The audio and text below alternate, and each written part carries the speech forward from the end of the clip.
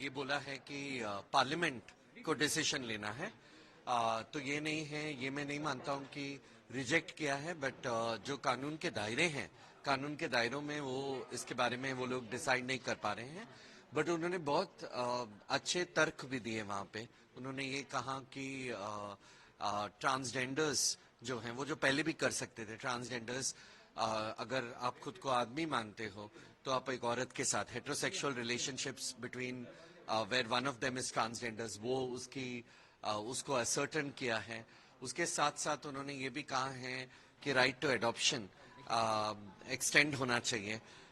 तो मुझे ये नहीं लगता है कि हमने 2 कदम पीछे लिए हैं। मुझे ये लगता है कि हमने 1 कदम जरूर आगे लिया है।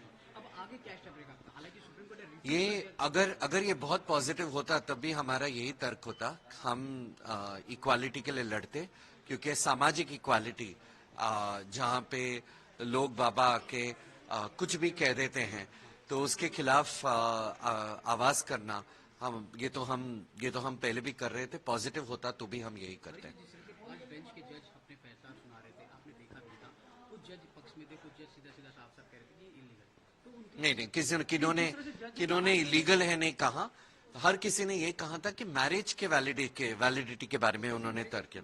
स्पेशल मैरिजेस एक्ट के तहत they will not be able to adjudicate करके बोला उन्होंने। तो मुझे लगता है कि बहुत सारे लोगों को अवेयरनेस की जरूरत है। जजेस भी इंसान हैं, और हम लोग सब जो हैं, मीडिया भी इंसान है। तो हमें जरूरत है कि हम सब एजुकेट हो, अवेयरनेस ज्यादा हो, क्योंकि सब जजेस ने मिलकर एक चीज कही कि अवेयरनेस की जरूरत है। अवेयरनेस और स्टेट को अवेयरनेस, और ये इवन 377 के वर्डिक्ट में क्या, मैं पूछना चाहता हूँ स्टेट से कि आपने कितने एजुकेशनल प्रोग्राम्स किए, आपने कितने एजुकेट किए, आपके गरिमा गृह जो है वो आज तक अनफंडेड, कम फंड में क्यों है। ये सारी चीजें जो हैं, ये सब तर्क हमें पूछना है स्टेट से। की बात देखिए, केंद्र सरकार कमेटी बनाती है, उसको लेके क्या कहना आपका कि क्या कमेटी बनना चाहिए प्रॉपर? कमेटी बनना चाहिए, बट कमेटी में हमारे भी लोग होने चाहिए। कमेटी बनना चाहिए, और उसमें कमेटी एक तरफा कमेटी नहीं, हमारे और हम भी ऐसा नहीं है कि हम सारे एलजीबीटी लोग एक ही सोच रखते हैं। तो हर किसी के सोच को, यानी बहुत तरीके के एलजीबीटी लोग भी होने चाहिए वहाँ पे। ओवरऑल वर्डिक्ट में बहुत संभल के जज ने आपके ही पक्ष में कई सारी चीजें आप लोग के ही पक्ष में कहा है।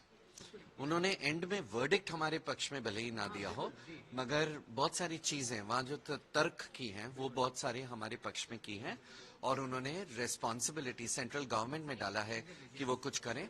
और सेंट्रल गवर्नमेंट के ही सॉलिसिटर जनरल ने हमारे खिलाफ बहुत कुछ कहा था। तो ये इम्पोर्टेंट है कि हम गवर्नमेंट्स के पास जाएं, हमारे इलेक्टेड, अगर कोई एलजीबीटी समुदाय से कोई बिलोंग करता है तो आपके इलेक्टेड एमपी के पास जाएं, आपके इलेक्टेड एमएलए के पास जाएं, उनसे बात करें और उनको बताएं कि हम उतने ही अलग हैं जितने कि 2 लोग होते हैं। आखिरी सवाल, अब आगे नेक्स्ट स्टेप क्या होगा?